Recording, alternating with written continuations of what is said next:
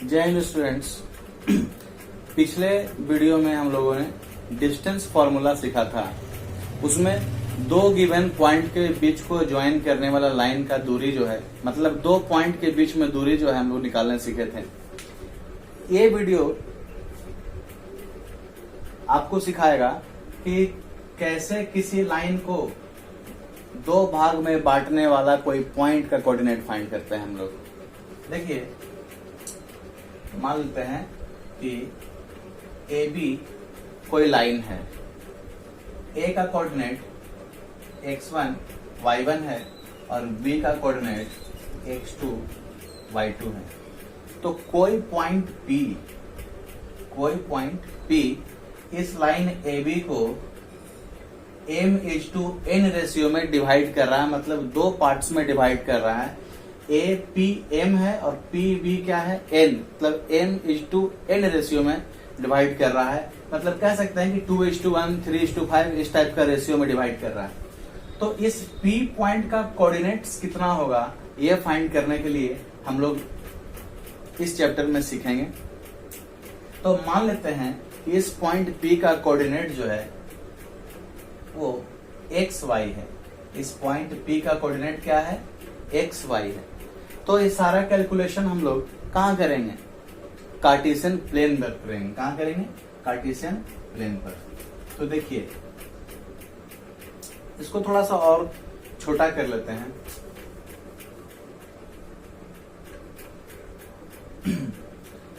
ये हमारा एब्सिसा है और दूर तक ले जाइए, और ये आपका ऑर्डिनेट है। ये एक्स एक्सिस है और वाई एक्सिस है।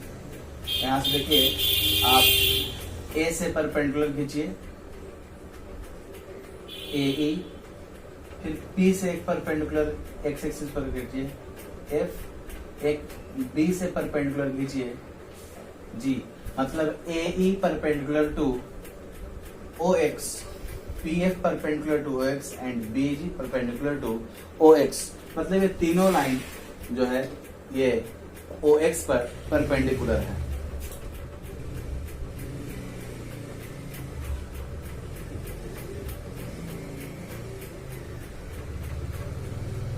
यहाँ से A से C को ज्वाइन कर देते हैं और यहाँ से P से D को ज्वाइन कर देते हैं।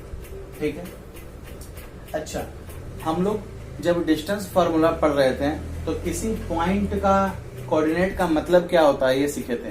तो किसी पॉइंट का कोऑर्डिनेट का मतलब ये होता है कि वह उस पॉइंट का दूरी y एक्सिस से कितना है और x एक्सिस से कितना है।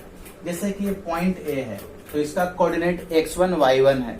कहने का मतलब कि ये पॉइंट जो है वो y एक्सिस से x1 दूरी पर है और x एक्सिस से y1 दूरी पर है। इसलिए O से E तक का जो डिस्टेंस आपका है वो कितना है, x1 है। फिर देखिए, पॉइंट P का कोऑर्डिनेट xy एज्यूम किए हैं। इसका मतलब कि O से F तक का जो दूरी है, मतलब कि ये पॉइंट P जो है वो y एक्सिस से, ये y एक्सिस है ना, ये y एक्सिस से ये पॉइंट कितना दूरी पर है, x डिस्टेंस पर है, और ये x एक्सिस से ये पॉइंट P कितना दूरी पर है ये अभी हम लोग को नहीं पता है, ये y दूरी पर है। यहाँ पर PF जो हो गया, PF आपका कितना हो जाएगा, पूरा y हो जाएगा, टोटल PF। अब देखिए, O से लेके G तक का डिस्टेंस कितना होगा, O से लेके G तक का डिस्टेंस ये पॉइंट B के लिए कितना हो जाएगा, x2। अब AE y1 है, PF जो है पूरा वो y2 है। पूरा PF जो होगा, पूरा PF P से लेके F तक पूरा कितना हो जाएगा, y2, और B से लेके पूरा G तक कितना हो जाएगा, ये y2 नहीं होगा, ये y होगा, ये आपका y2 हो जाएगा। तो हम लोग इसको कहीं पर लिख लेते हैं, क्योंकि ये डायग्राम में बहुत ज्यादा लाइंस हो जाएंगे अगर, तो आप लोग को दिक्कत होगा समझने में। तो देखिए, हम लोग लिख लेते हैं यहाँ पर कि OE जो है वो x1 है, OF x है और O से लेकर के G तक x2 है। उसी प्रकार से AE y1 है, PF जो है वो y है और BG y2 है। ये हम लोग पॉइंट्स के दिया हुआ कोऑर्डिनेट से ये डिस्टेंस कैलकुलेट कर लिए हैं कि OE कितना है, OF कितना है, OG कितना है, AG, PF और BG कितना हम लोग फाइंड कर लिए हैं। अब देखिए यहाँ पर आप लोग को दो ट्रायंगल्स दिख रहा होगा, ACP और PDB, दो ट्रायंगल्स हैं और दोनों देखिए राइट एंगल ट्रायंगल है। ACP C पर राइट एंगल है और PDB जो है वो D पर राइट एंगल है। तो देखिए इससे पहले के क्लासेज में देखिए 7th क्लास में या 9th क्लास के ज्योमेट्री में हम लोग पढ़े हैं कॉन्ग्रुएंसी ऑफ ट्रायंगल्स, मतलब दो ट्रायंगल कॉन्ग्रुएंट होता है तो क्या होता है, उसके करस्पॉन्डिंग साइड्स आपस में बराबर होते हैं। दो कॉन्ग्रुएंट ट्रायंगल्स के करस्पॉन्डिंग साइड आपस में बराबर होते हैं। फॉर एग्जाम्पल अगर देखा जाए, अगर ABC एक ट्रायंगल है, अगर ABC एक ट्रायंगल है और एक और ट्रायंगल है DEF, तो अगर ABC कॉन्ग्रुएंट होगा DEF के तो क्या होगा, AB DE के बराबर होगा, BC EF के बराबर होगा और AC किसके बराबर हो जाएगा, DF के। देखिए तो AB का करस्पॉन्डिंग DE है, BC का करस्पॉन्डिंग EF है और AC का करस्पॉन्डिंग कौन है, DF। तो जब दो ट्रायंगल आपस में कॉन्ग्रुएंट होता है तो उन ट्रायंगल का साइड्स जो है आपस में इक्वल होता है। लेकिन जब दो ट्रायंगल सिमिलर होता है, मतलब एक जैसा सिर्फ देखने में है, वो एक्चुअली हर एक चीज में बराबर नहीं है, साइड एंगल वगैरह में सब चीज में बराबर नहीं, सिर्फ देखने में एक जैसा है। तो जब दो ट्रायंगल सिमिलर होगा तो उन ट्रायंगल्स का जो करस्पॉन्डिंग साइड है उसका रेशियो बराबर होता है। इसे कोई ट्रायंगल यहां पर देख लीजिए, ABC एक ट्रायंगल है और एक ट्रायंगल जो है वो यहाँ पर DEF है। एक बात तो हम लोग साफ देख सकते हैं डियर कि ABC DEF के बराबर नहीं होगा, कभी नहीं। दोनों ट्रायंगल कभी एक दूसरे को ओवरलैप नहीं कर सकता क्योंकि ये बड़ा है ये छोटा है, लेकिन दोनों देखने में कैसा लग रहा है, एक जैसा। तो जब दो ट्रायंगल्स आपस में सिमिलर होता है, एक जैसा होता है, तो वहां पर देखिए इनका साइड का रेशियो बराबर होता है। मतलब AB बटा DE जो है वो बराबर होगा BC बटा EF के और ये बराबर हो जाएगा AC बटा DF के। ये बात आप लोग याद रखेंगे कि जब दो ट्रायंगल्स आपस में सिमिलर होते हैं तो उनके करस्पॉन्डिंग साइड्स का रेशियो भी क्या होता है, आपस में बराबर होता है। और एक बात, हाँ, जितने भी राइट एंगल ट्रायंगल्स होते हैं वो सिमिलर होते हैं।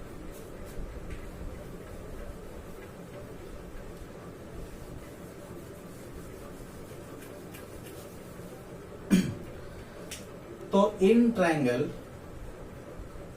ACP एंड ट्रायंगल PDB, इन दो ट्रायंगल में हम लोग देखते हैं तो दोनों ट्रायंगल क्या है, राइट एंगल ट्रायंगल है। चूंकि दोनों राइट एंगल ट्रायंगल है इसलिए ये दोनों आपस में सिमिलर होगा, है ना। In triangle ACP and PDB we can see that triangle ACP is similar to triangle PDB। ये दोनों ट्रायंगल आपस में सिमिलर हैं इसलिए इनके साइड का रेशियो भी क्या होगा, साइड का रेशियो बराबर होगा। मतलब AP बटा PB बराबर होगा CP बटा DB के और ये बराबर, और देखिए यहाँ पर AC जो है, AC वो किसके बराबर हो जाएगा, PD के बराबर हो जाएगा। तो देखिए AP हमारा कितना है, AP हमारा M है और PB कितना है, PB N है। चूंकि ये पॉइंट P लाइन AB को M/N रेशियो में डिवाइड कर रहा है इसलिए हम लोग जान रहे हैं कि AP कितना है, M है और PB कितना है, N है। CP देखेंगे हम लोग, ये CP, ये देखिए P से लेके F तक पूरा Y है और देखिए तो AEFC एक रेक्टेंगल बन रहा है, मतलब CF का जो डिस्टेंस होगा वो Y1 के बराबर होगा। CF कितना होगा, Y1 के बराबर होगा। इसलिए ये पूरा जो ये PC होगा ये क्या हो जाएगा, Y माइनस Y1। यहाँ लिख दे रहे हैं, यहाँ PC कितना हो जाएगा, Y माइनस Y1। अच्छा, तो ये हो गया y माइनस y1। अब db या bd का बात करें तो ये कितना है, देखिए ये b से g तक पूरा कितना है, y2 है। और देखिए cf y1 के बराबर है, यहां पर dg किसके बराबर हो जाएगा, dg y1 के बराबर हो जाएगा यहां पर। तो आप y2 में से y1 को घटा दीजिएगा अगर, तो यहाँ y2 में से अगर आप ये पूरा किसको y को अगर घटा दीजिएगा तो ये आपको क्या मिल जाएगा, यहाँ से bd मिल जाएगा। यहाँ पर लिख लेंगे हम लोग कि bd किसके बराबर हो जाएगा, y2 माइनस y के बराबर हो जाएगा। यहाँ पर लिख देंगे y2 माइनस y। अच्छा, अब बात करें AC का, तो देखिए O से लेके F तक का दूरी कितना x है और O से E तक का दूरी x1 है। तो क्या x में से x1 अगर घटा देंगे हम लोग तो हमको EF मिल जाएगा। चूंकि EF x माइनस x1 है, इसलिए AC भी x माइनस x1 के बराबर होगा। तो AC कितना हो जाएगा यहाँ पर, x माइनस x1। PD किसके बराबर होगा हम लोग देखेंगे। देखिए यहाँ O से लेकर के जो G तक का डिस्टेंस है, O से G तक का जो डिस्टेंस है वो पूरा x2 है। और O से F तक का जो डिस्टेंस है, O से F तक का डिस्टेंस x है। तो x2 में से हम लोग अगर x को घटा देंगे तो हमको क्या मिल जाएगा, FG मिल जाएगा।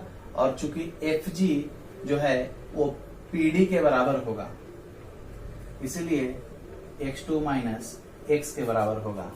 ये P से लेके D तक का जो डिस्टेंस है ये किसके बराबर होगा, x2 माइनस x के बराबर होगा।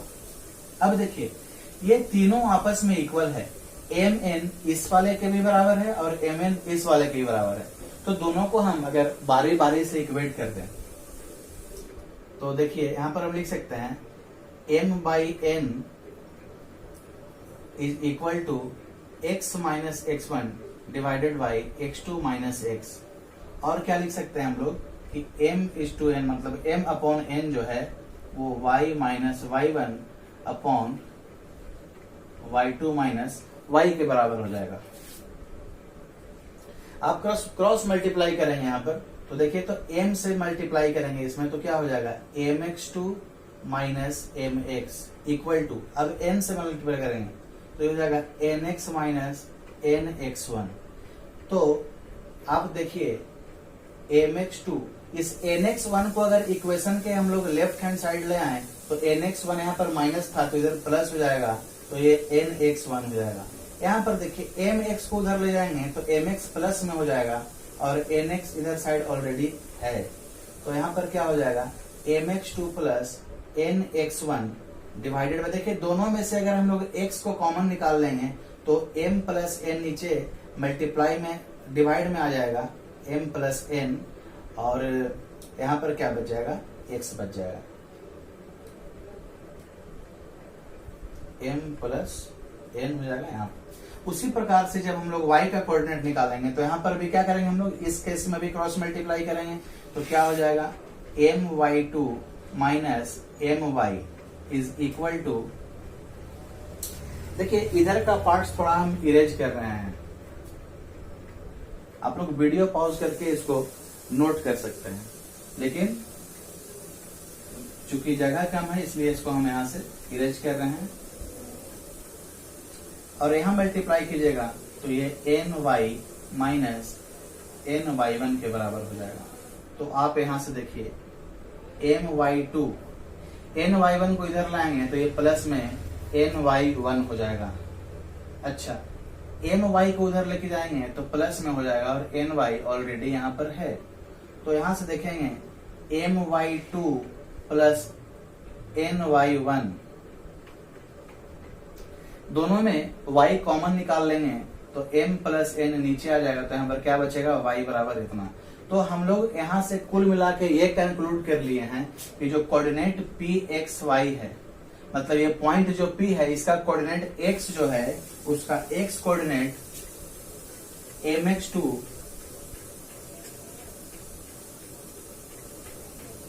थोड़ा सा जगह का कमी है, यहाँ पर पॉइंट P का कोऑर्डिनेट xy जो है वो दिया आएगा mx2 plus nx1 upon m plus n, और y वाला क्या दिया है, my2 plus ny1 upon m plus n।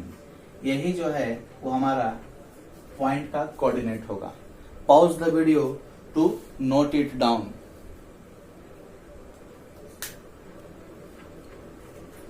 देखिए एक बार फाइनली हम लोग इसको देख लेते हैं।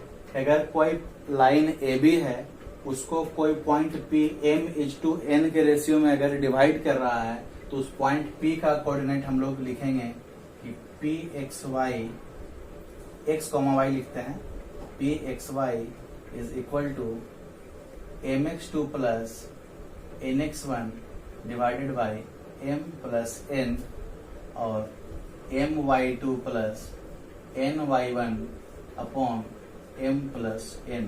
ये हमारा रिक्वायर्ड कोऑर्डिनेट होता है। लेकिन ये कब होता है, जब ए बी लाइन को कोई पॉइंट पे इंटरनली बाइसेक्ट कर रहा है। देखिए तो ए बी लाइन के डिस्टेंस के अंदर में ही ना कोई पॉइंट पी है, इस ए बी के बाहर तो कोई पॉइंट है नहीं, एक्सटर्नली तो डिवाइड कर नहीं रहा है। ये एक्सटर्नली वाला केस हम लोग 11th क्लास के कोऑर्डिनेट में पढ़ेंगे। ये 10th क्लास के कोऑर्डिनेट में हम लोग सिर्फ इंटरनली जो बाइसेक्ट करेगा पॉइंट पी, उसके बारे में पढ़ेंगे। तो अगर कोई पॉइंट पी बाइसेक्ट कर रहा है तो कितना होगा, mx2 प्लस nx1 बटा m plus n, my2 plus ny1 m plus n। ये वाला जो चीज है, ये वाला एक्सप्रेशन जो है आपको x का वैल्यू देगा, और ये वाला एक्सप्रेशन आपको y का वैल्यू देगा। ठीक है, तो क्या x, तो वैसा पॉइंट p का कोऑर्डिनेट कितना होगा जो इसको एकदम मिड पॉइंट पर काट रहा है। मतलब अगर p जो है वो ए बी को एकदम सेम रेशियो में बांट रहा है, मिड पॉइंट है मतलब सेम रेशियो है, मतलब ए से पी तक भी 1 होगा और पी से बी तक भी 1 होगा, 1:1 के रेशियो में बांटेगा तभी ना ये मिड पॉइंट हो जाएगा। तो इस कंडीशन में हम लोग मिड पॉइंट का लिखेंगे यहाँ पर, if P is mid point of AB, if P is mid point of A B, तब Pxy का कोऑर्डिनेट कैसे लिखेंगे हम लोग। देखिए तो m क्या हो जाएगा, 1 हो जाएगा, x2, n क्या, n भी 1 हो जाएगा, x1 divided by m plus n, मतलब 1 प्लस 1, क्योंकि m और n क्या है, m जो है 1 के बराबर है, और यहाँ पर n भी किसके बराबर है, 1 के बराबर है। m भी 1 के बराबर और n भी 1 के बराबर है। यहाँ पर देखिए my2 plus ny1 divided by m plus n। तो यहां पर हम लोग साफ साफ देख सकते हैं कि ये हो गया x2 प्लस x1 बटा 2, ये कितना हो गया y2 प्लस y1 बटा 2। इसको हम लोग थोड़ा और इज्जत दें, थोड़ा और इसको इज्जत से हम लोग अगर लिखें तो इसको Pxy माने x1 प्लस x2 बटा 2 और y1 प्लस y2 बटा 2 लिख सकते हैं। अगर पॉइंट P किसी लाइन AB को मिड पॉइंट पर काट रहा है, एकदम बीच में काट रहा है आकर के, और तो इसका मतलब क्या कि दोनों का रेशियो बराबर होगा। तो मान लेते हैं कि AP भी 1 है और PB भी क्या है, 1 है। तो यहाँ पर क्या हो जाएगा, देख लीजिए यहाँ पर क्या हो जाएगा, P जो है x1 प्लस x2 बटा 2, y1 प्लस y2 बटा 2। अगर नीचे नहीं लिख रहा होगा तो हम यहाँ लिख देते हैं x1 प्लस x2 बटा 2 और y1 प्लस y2 बटा 2 क्या होगा, Pxy। कब, जब P क्या होगा, when P is mid point of AB, जब AB का मिड पॉइंट होगा P। Pause the video to note it down.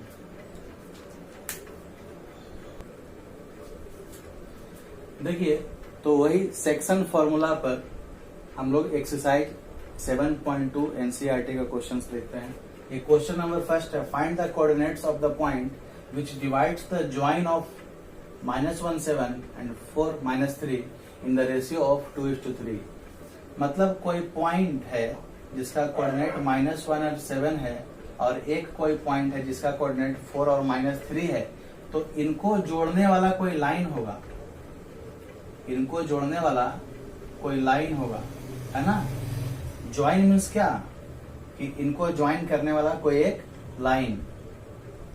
Find the coordinates of the point which divides the join of इतना and इतना in the ratio. मान लेते हैं वो point क्या है हमारा P और उसका कोऑर्डिनेट कितना है XY है। तो मान लेते हैं कि ये पॉइंट है A जिसका कोऑर्डिनेट -1 है, और ये पॉइंट है क्या B जिसका कोऑर्डिनेट 4-3 है। कितना रेशियो में बांट रहा है, 2:3 रेशियो में बांट रहा है। कितना बांट रहा है, 2:3 रेशियो। मतलब यहाँ पर हमारा x1 कौन है -1, x2 कौन है 4, y1 कौन है 7 और y2 कौन है -3, है ना। और क्या पता है, m 2 के बराबर है और n जो है 3, यही ना, m/n के रेशियो में डिवाइड कर रहा है। तो यहाँ पर हम लोग इसके कोऑर्डिनेट के लिए pxy बराबर क्या जानते हैं, mx2 plus nx1 upon m plus n, और क्या जानते हैं my2 plus ny1 upon m plus n।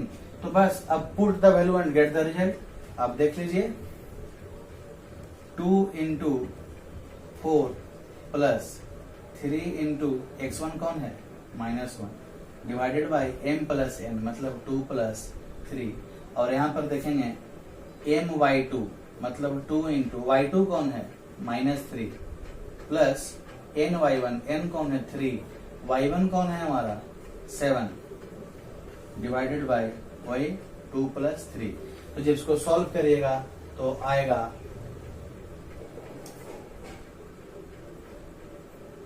8 हो जाएगा, ये -3, नीचे कितना हो जाएगा 5, और यहाँ पर क्या हो जाएगा -6, ये कितना हो जाएगा 21 हो जाएगा, और ये कितना 5 हो जाएगा। तो इसको आप फर्दर अगर सॉल्व कीजिएगा यहाँ पर तो ये क्या आ जाएगा आपको 5/5 हो जाएगा।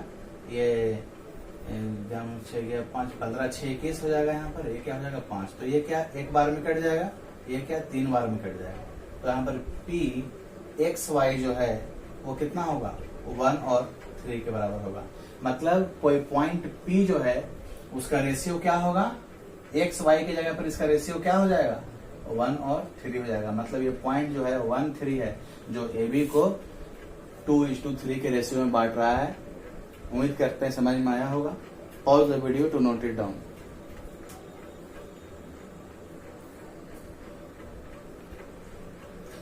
देखिए वही 7.2 एक्सरसाइज क्वेश्चन नंबर 2 कह रहा, find the coordinates of the points of trisection of the line segment joining इतना एंड इतना। मान लेते हैं कि कोई लाइन सेगमेंट AB है जिसका कोऑर्डिनेट हमको ये दिया हुआ है। तो ट्राई सेक्शन में 3 पार्ट में, तो एक पॉइंट किसी लाइन को 3 सेगमेंट में तो बांट नहीं सकता है, इसके लिए हमको 2 पॉइंट एज्यूम करना पड़ेगा। बात समझ में आया कि नहीं। इसलिए इसके पॉइंट को हम लोग x1 y1 मान लेते हैं, और इसके पॉइंट को हम लोग q का कोऑर्डिनेट्स को हम लोग मान लेते हैं x2 y2 मान लेते हैं। तो आप देखिए यहाँ पर ये मानना ठीक नहीं रहेगा, क्योंकि यहाँ पर हम लोग सॉल्व करेंगे जब, तो x1 ये हो जाएगा, x2 ये हो जाएगा, y1 ये y2 ये हो जाएगा। तो यहाँ पर हम लोग कुछ और एज्यूम करते हैं, इसके कोऑर्डिनेट्स को हम लोग a b मान लेते हैं, और इसके कोऑर्डिनेट्स को हम लोग c और d मान लेते हैं।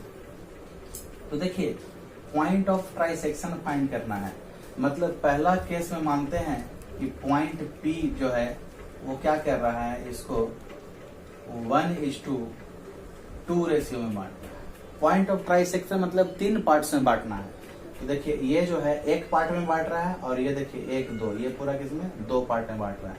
मतलब इसके लिए m क्या हो जाएगा, m क्या हो जाएगा यहाँ पर 1, और n क्या हो जाएगा यहाँ पर 2। क्या जब P का बात कर रहे हैं हम लोग, तो निकालेंगे P का कोऑर्डिनेट PAB, तो किसके बराबर होगा ये PAB। देखिए हम लोग क्या होता है mx2 plus nx1 upon m plus n, और क्या होता है my2 plus ny1 upon m plus n। तो देखिए m कितना है 1, x2 कितना है हमारे पास -2 प्लस nx1, n कितना है 2, x1 कितना हमारे पास 4 अपॉन m प्लस n मतलब 1 प्लस 2, m प्लस n मतलब 1 प्लस 2। ट्राइसेक्शन है इसीलिए ना 3 पार्ट में बांट रहा है, तो एक पार्ट को 1 माने हैं, अगला 2 पार्ट का रेशियो किसको माने हैं 2 माने हैं। अच्छा अब देखिए my2 मतलब 1 इंटू y2 कौन है -3 प्लस ny1, n कौन है 2, y1 कौन है यहाँ पर -1, तो यहाँ पर क्या हो जाएगा 1 प्लस 2। ये किसके लिए बात हो रही है, ये p के लिए, p पॉइंट के लिए। तो ये भी ये कितना हो जाएगा -2 हो जाएगा, ये कितना हो जाएगा 8, ये कितना हो जाएगा 3 हो जाएगा। यहाँ पर ये -3 हो जाएगा, ये -2 हो जाएगा और नीचे क्या हो जाएगा 3। तो यहाँ पर देखिए यहाँ पर क्या हो जाएगा 8 में से 2 चला जाएगा तो कितना 6/3 हो जाएगा। यहाँ 3 2 क्या हो जाएगा 5/3 हो जाएगा, ये 2 बार में कट जाएगा। तो PAB क्या हो जाएगा, PAB जो होगा 2 और -5/3, ये जो है PAB का कोऑर्डिनेट होगा। PAB का कोऑर्डिनेट कितना हो जाएगा 2 और -5/3। अब देखिए हम लोग इस Q का जब बात करेंगे, जब इस Q का हम लोग को कोऑर्डिनेट निकालना होगा तो रेशियो बदल जाएगा। रेशियो अब कितना हो जाएगा, ये 2 हो जाएगा और Q से B तक कितना हो जाएगा 1 हो जाएगा। तो अब हम लोग किसके लिए लगाएंगे, QCD के लिए लगाएंगे हम लोग। किसके लिए लगाएंगे, QCD के लिए लगाएंगे हम लोग यहाँ पर। तो क्या हो जाएगा वही mx2 वाला, तो m कितना हो जाएगा 2 हो जाएगा, यहाँ पर नीचे लिखते हैं 2 हो जाएगा। x2 कौन है, वही फिर से हमारा -2 प्लस nx1, n अब कौन हो गया 1, x1 कौन हो गया 4 अपॉन क्या हो जाएगा वही 2 + 1। यहाँ पर देखिए फिर यहाँ पर y के लिए क्या लगाएंगे हम लोग, यहाँ पर यस d के लिए क्या लगाएंगे, यहाँ पर my2 लगाएंगे हम लोग। तो यहाँ पर m कितना हो जाएगा 1, m के लिए कितना है 2 हो जाएगा। और यहाँ पर आपको my2 कितना y2 -3 हो जाएगा प्लस y1 कितना हो जाएगा हमारा -1 हो जाएगा और अपॉन में कौन हो जाएगा 2 + 1। इसको सॉल्व करेंगे तो ये -4 हो जाएगा, ये क्या हो जाएगा +4 हो जाएगा, ये नीचे क्या 3 हो जाएगा। यहाँ पर -5, ये 3 दूना -6 ना, -6 -1, ये अपॉन में क्या हो जाएगा 3 हो जाएगा। तो ये पॉइंट तो क्या हो जाएगा 0 हो जाएगा और ये पॉइंट क्या हो जाएगा -7/3 हो जाएगा। तो ये हमको मिल गया Q का कोऑर्डिनेट। Q का कोऑर्डिनेट कितना हो गया, Q का कोऑर्डिनेट CD था ना, मतलब C जो हो गया 0.0 हो गया और D जो हो गया वो -7/3 के बराबर हो गया। ठीक है, फिर से समझ लेते हैं। ये रेशियो कितना हो गया 2, ये क्या हो गया 1 हो गया। ठीक है, Q के लिए देखिए ना, Q पॉइंट जो है A से Q तक का कितना पार्ट है, AP और PQ 2 पार्ट है ना, और Q भी कितना 1 पार्ट है, इसलिए रेशियो क्या हो गया 2:1। तो पॉइंट PAB जो है वो 2 -5/3 है और पॉइंट Q का कोऑर्डिनेट 0 और -7/3 है। Pause the video to note it down.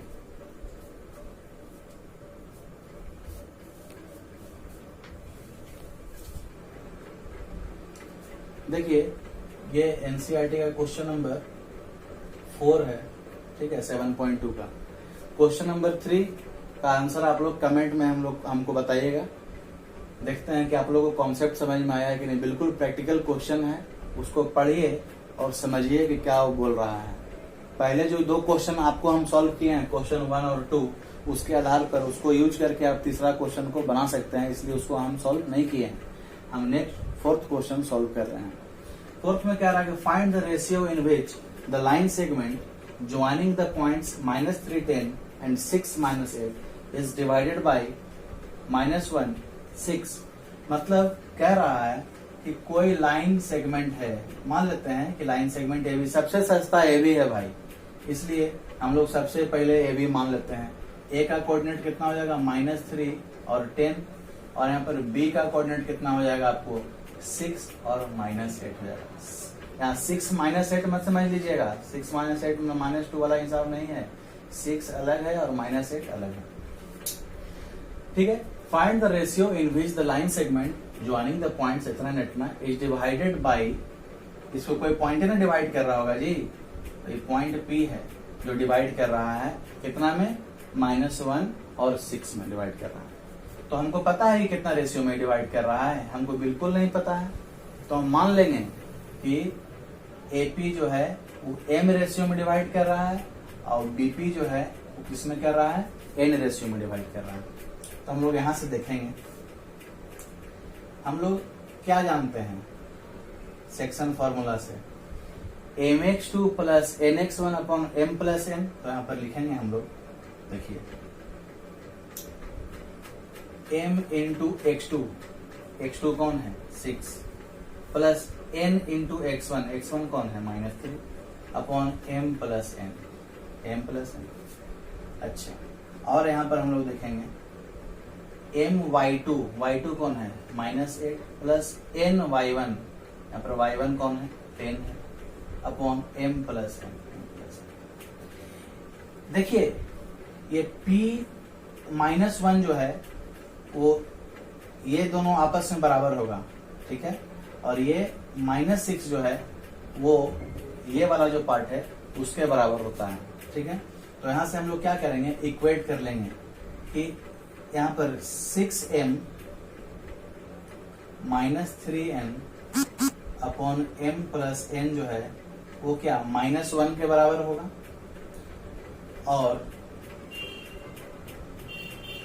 और क्या देखिए यहीं से बन जाएगा। तो 6m -3n क्रॉस मल्टीप्लाई कर दीजिएगा तो -m -n हो जाएगा। तो -m को अगर आप इक्वेशन के लेफ्ट हैंड साइड लेके आइएगा तो 6m प्लस m हो जाएगा, और इधर कौन है -n है ना, ये 3 को उधर लेके चल जाइए तो क्या हो जाएगा +3m हो जाएगा। तो ये क्या हो जाएगा 7m, और ये क्या हो जाएगा प्लस तो लिखने की जरूरत नहीं है, यहाँ 2n हो जाएगा। क्या हो जाएगा 2n।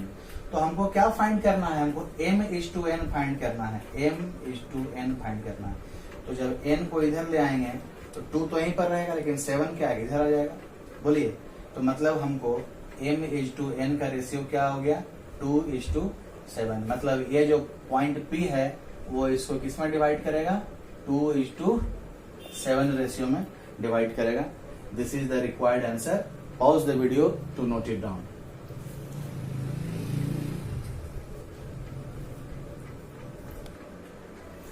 देखिए इस टाइप का क्वेश्चन को आप जिस तरीका से अभी हम बनाए उससे बनाइएगा तो आपको तुरंत आंसर मिल जाएगा, एकदम आराम से समझ में आ जाएगा। एक और तरीका है इसी क्वेश्चन को बनाने का, एक और तरीका है।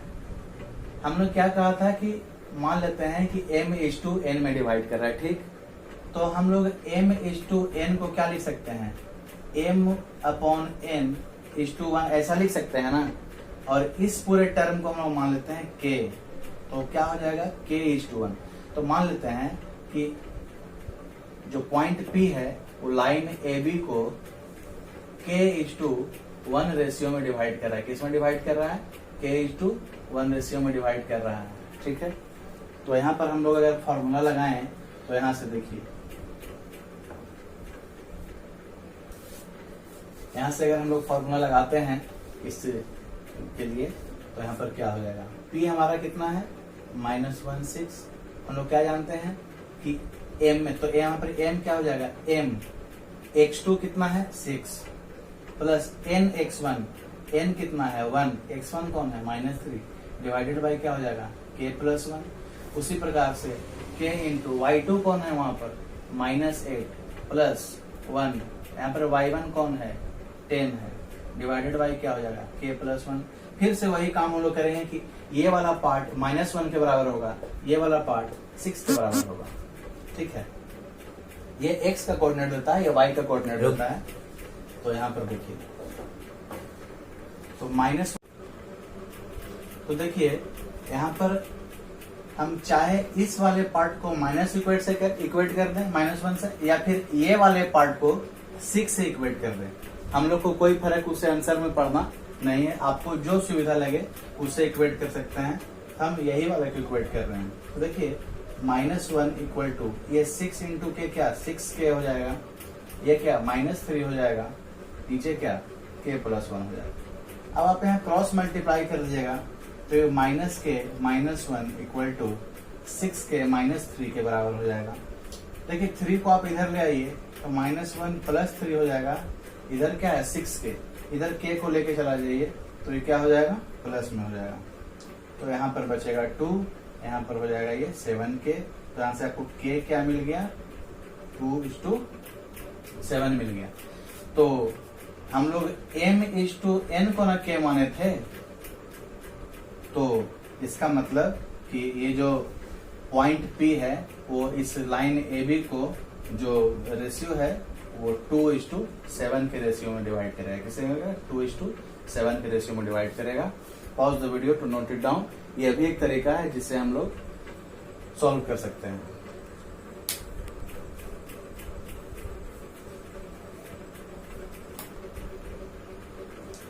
देखिए ये एनसीईआरटी का क्वेश्चन नंबर मेरे ख्याल से 7 होना चाहिए। Find the coordinates of a point A where AB is a diameter of circle which centre is 2 - 3 and B is 1/4। मतलब आपके पास कोई एक सर्किल दिया गया है जहां AB उस सर्किल का क्या है, AB सर्किल का क्या है डायमीटर है, AB जो है डायमीटर है। इस सर्किल का सेंटर जो है उसका कोऑर्डिनेट 2, 3, तो मान लेते हैं सेंटर O है तो O का कोऑर्डिनेट 2 और -3 है, और A का कोऑर्डिनेट हम मान लेते हैं कि x1 y1 है, और यहाँ पर B का कोऑर्डिनेट आपको दिया हुआ है 1/4। तो देखिए यहाँ से पूछ रहा है कि इस A का कोऑर्डिनेट कितना होगा। तो एक बात पक्का है कि जो सेंटर होता है वो डायमीटर का मिड पॉइंट होता है। सेंटर जो होता है सर्किल के डायमीटर का मिड पॉइंट होता है। तो हम लोग अभी अभी पढ़े हैं कि जब किसी लाइन का मिड पॉइंट हमको पता होता है, ठीक है, तो जो O23 होगा वो क्या होगा x1 प्लस क्या होता है x1 प्लस x2/2। तो x1 तो ये है, x2 कौन है 1/2, और कौन होता है y1 प्लस y2, माने y1 प्लस y2 क्या है 4 है बटा 2। अच्छा आप अब यहाँ 2 से इसको इक्वेट कर दीजिए, माने 2 इक्वल टू x1 प्लस 1/2, और यहाँ से आप क्या कर दीजिए -3 is equal to y1 plus 4/2। तो आप देखिएगा यहाँ पर ये मल्टीप्लाई होके 4 हो जाएगा, ये x1 प्लस 1 रहेगा, तो 1 इधर आके माइनस हो जाएगा। तो यहाँ से आपको क्या मिल जाएगा x1 इक्वल टू 3, यहाँ से आपको x1 क्या मिल गया 3 मिल गया। अच्छा इस केस में अगर क्रॉस मल्टीप्लाई कीजिएगा तो ये -6 होगा, ये y1 प्लस 4 होगा। तो आप देखिए -6 -4 को उधर ले जाइए तो y1 बचेगा। तो इस हिसाब से इस जगह पर आप देखिए y1 किसके बराबर हो जाएगा -10 के बराबर हो जाएगा। मतलब ये पॉइंट A जो है, इस पॉइंट A का कोऑर्डिनेट जो है हमारा, इस पॉइंट A का कोऑर्डिनेट जो है वो 3 और -10 के बराबर होगा। इस पॉइंट A का कोऑर्डिनेट जिसको हम लोग x1 और y1 माने थे, क्या सपोज किए थे x1 और y1 सपोज किए थे, उसका वैल्यू कितना निकल के आया 3 और -10 निकल के आया। Pause the video to note it down.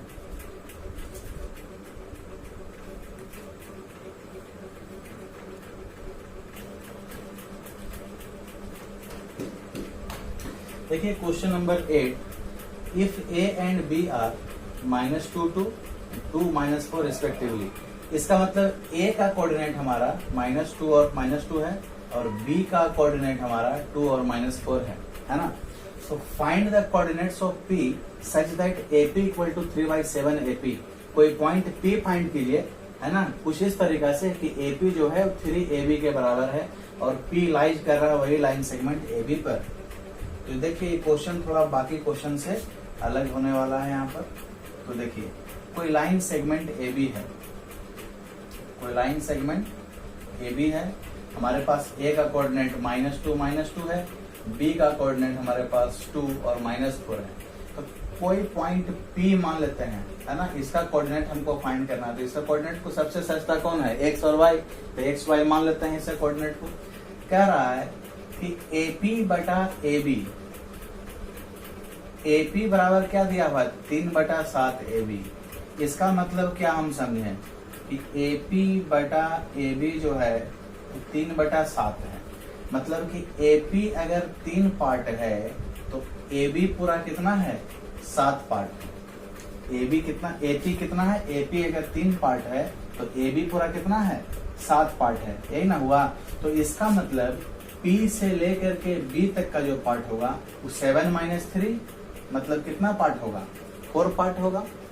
तो यहाँ से देखिए तो हम लोग रेशियो मिल गया हमको यहाँ से ना, AP और PB का हमको क्या मिल गया, यहाँ से रेशियो मिल गया। हमको डायरेक्ट रेशियो नहीं दिया हुआ है कि P जो है इस लाइन AB को 3:4 रेशियो में डिवाइड कर रहा है, ऐसा क्वेश्चन नहीं कह रहा था।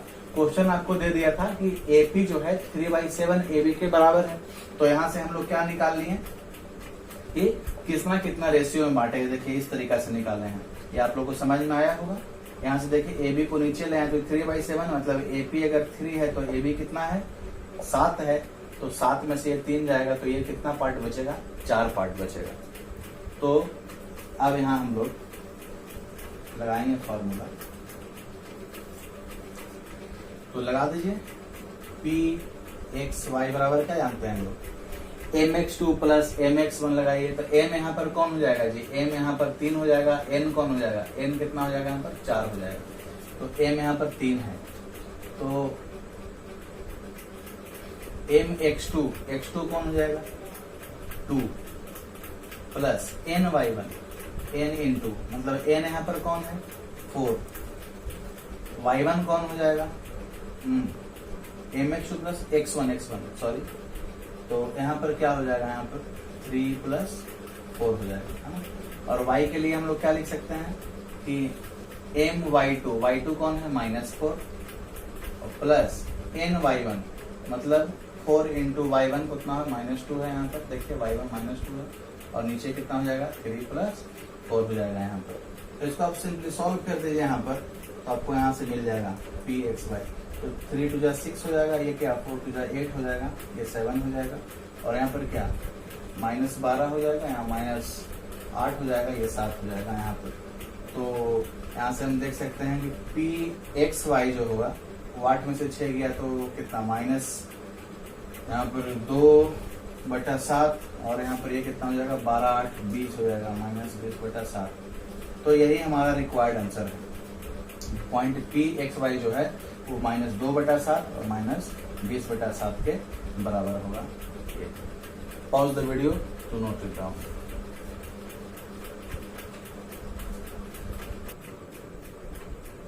देखिए ये NCERT question number 10, find the area of a rhombus if its vertices are, ये गिवन है 1 2 3 4 दिया हुआ है, टेकन इन ए ऑर्डर। तो देखिए हम लोग एक रोम्बस यहाँ पर देखते हैं। तो हमारा रोम्बस मान लीजिए कि ABCD एक रोम्बस है जहां A का कोऑर्डिनेट कितना है 3 0, B का कोऑर्डिनेट कितना हो जाएगा 4 5, C का कोऑर्डिनेट कितना हो जाएगा -1 4 और D का कोऑर्डिनेट कितना हो जाएगा -2 -1। ये आपको क्वेश्चन दिया हुआ है। तो इसका हमको क्या निकालना है, एरिया निकालना है। तो देखिए रोम्बस का एरिया हम लोग जो निकालते हैं, एरिया ऑफ रोम्बस जो है वो होता है half into product of diagonal, half into product of diagonal. देखिए इसका AC और BD क्या है, इसका डायगोनल है। AC और BD क्या डायगोनल है उसका, तो हाफ इंटू क्या हो जाएगा AC इंटू क्या हो जाएगा BD, half into product of diagonals. तो AC और BD प्रोडक्ट ऑफ डायगोनल हो गया, दो डायगोनल का गुणनफल, और ये क्या हो गया उसका हाफ हो गया, तो एरिया निकल जाएगा। तो अब बात है कि डायगोनल AC और BD कैसे निकलेगा। तो देखिए जितना भी हम लोग सेक्शन फॉर्मूला अभी तक इस एक्सरसाइज के लिए पढ़े हैं, यहाँ पर वो कुछ काम नहीं देगा आपको। यहाँ पर कौन काम देगा? जो डिस्टेंस फॉर्मूला इससे पहला 7.1 एक्सरसाइज में जो हम लोग बनाए हैं, सीखे हैं 2 पॉइंट के बीच का डिस्टेंस निकालने के लिए, तो वही हमको यहाँ पर काम देगा। देखिए हमको AC फाइंड करना होगा, इसके लिए हाफ इंटू AC फाइंड करना होगा। तो AC हम कैसे निकाल, पहले हम लोग फाइंड कर लेते हैं। ये तो हम लोग जान गए कि AC इंटू BD के बराबर होना है इसको, तो उसके लिए क्या AC और BD फाइंड करना होगा ना, तो AC फाइंड करेंगे यहाँ से। तो AC कितने के बराबर हो जाएगा? रूट अंडर क्या होता है, डिस्टेंस फॉर्मूला यहाँ पर लगा देंगे। तो इतना, ये माइनस था यहाँ पर -1, तो ये +1 हो जाएगा, whole square plus y2 minus y1 का होल स्क्वायर। y2 कितना है यहाँ पर 0 है, -4 का यहाँ पर क्या आ जाएगा होल स्क्वायर, 4 का स्क्वायर यहाँ पर कितना 16 हो जाएगा, और प्लस -4 का स्क्वायर फिर यहाँ पर क्या हो जाएगा 16, ये कितना हो जाएगा आपको 32 हो जाएगा, है ना। तो इसको बाहर निकालिएगा अगर आप, तो यहाँ से AC बराबर आपको मिल जाएगा 8 चौके 32। तो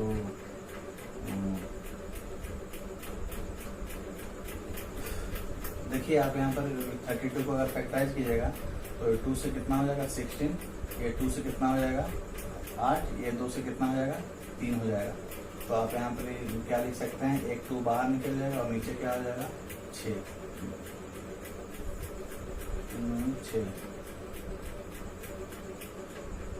4 24 32, यहाँ पर 16 8 2 से यहाँ ये 4 टाइम्स होगा, और ये भी यहाँ पे 2 टाइम्स होगा। तो यहाँ देखिए यहाँ पर एक 2 निकलेगा बाहर, फिर यहाँ से एक और 2 निकलेगा, 4 हो जाएगा यहाँ पर 4, और ये क्या हो जाएगा √2। तो यहाँ पर क्या हो जाएगा 4√2 हो जाएगा, 4√2 यूनिट्स। मतलब AC हमको फाइंड हो गया है कि AC जो है AC वो 4√2 यूनिट्स है। AC कितना है 4√2 यूनिट्स। तो उसी तरह से अब हम लोग क्या निकालेंगे, BD निकाल लेंगे। उसी तरह से हम लोग क्या निकालेंगे, यहाँ पर BD निकालेंगे। तो BD बराबर भी उसी तरह से कर देंगे, रूट अंडर 4 + 2 यहाँ होल स्क्वायर हो जाएगा, प्लस 5 + 1 होल स्क्वायर हो जाएगा यहाँ पर। तो ये आपको 4 2 6 का स्क्वायर क्या 36 हो जाएगा, ये 5 1 6, 6 का स्क्वायर भी यहाँ पर 36 हो जाएगा। तो 36 दूनी कितना हो जाता है, ये 72 हो जाता है, 72। तो इसको हम लोग 6 6 36 माने 6√2 इसको लिख सकते हैं हम लोग।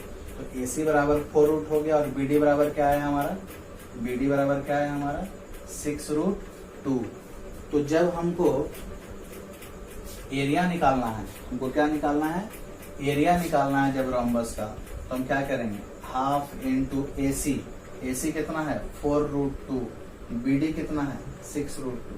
यहाँ से कट हो जाएगा ये 2 टाइम्स में, तो 6 दूनी कितना हो जाएगा 12, और ये √2 में √2 से गुना करेंगे तो 2 हो जाएगा। तो कितना हो जाएगा 24 स्क्वायर यूनिट, है ना। तो इसका रोम्बस का एरिया हमको कितना निकल के आ गया 24 square unit. Pause the video to note it down. देखिए इस एक्सरसाइज में हम लोग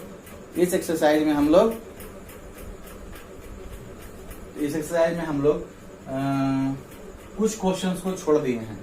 एक्सरसाइज में हम लोग कुछ क्वेश्चन को छोड़ दिए हैं। मुश्किल से 5 क्वेश्चन सॉल्व किए हैं, टोटल 10 क्वेश्चन है। तो उसमें से हम वही क्वेश्चन को छोड़े हैं जिसको आप लोग खुद से बना सकते हैं, ठीक है। क्योंकि जितना भी नया टाइप का क्वेश्चन था उसको हम खुद सॉल्व कर दिए हैं। आप इस क्वेश्चन के सॉल्यूशन से रेफरेंस ले सकते हैं। क्योंकि सारा वीडियो में क्वेश्चन सॉल्व करने से वीडियो बहुत ही लंबा हो जाता है, और फिर आप लोग उसको ट्राई नहीं करना चाहेंगे। इसलिए आप लोग उसको ट्राई करके देखिए, नहीं बनता है तो उन क्वेश्चंस के लिए मैं इंडिविजुअल वीडियो बना दूंगा। Thank you. सुरक्षित रहें, अपने घरों में रहें।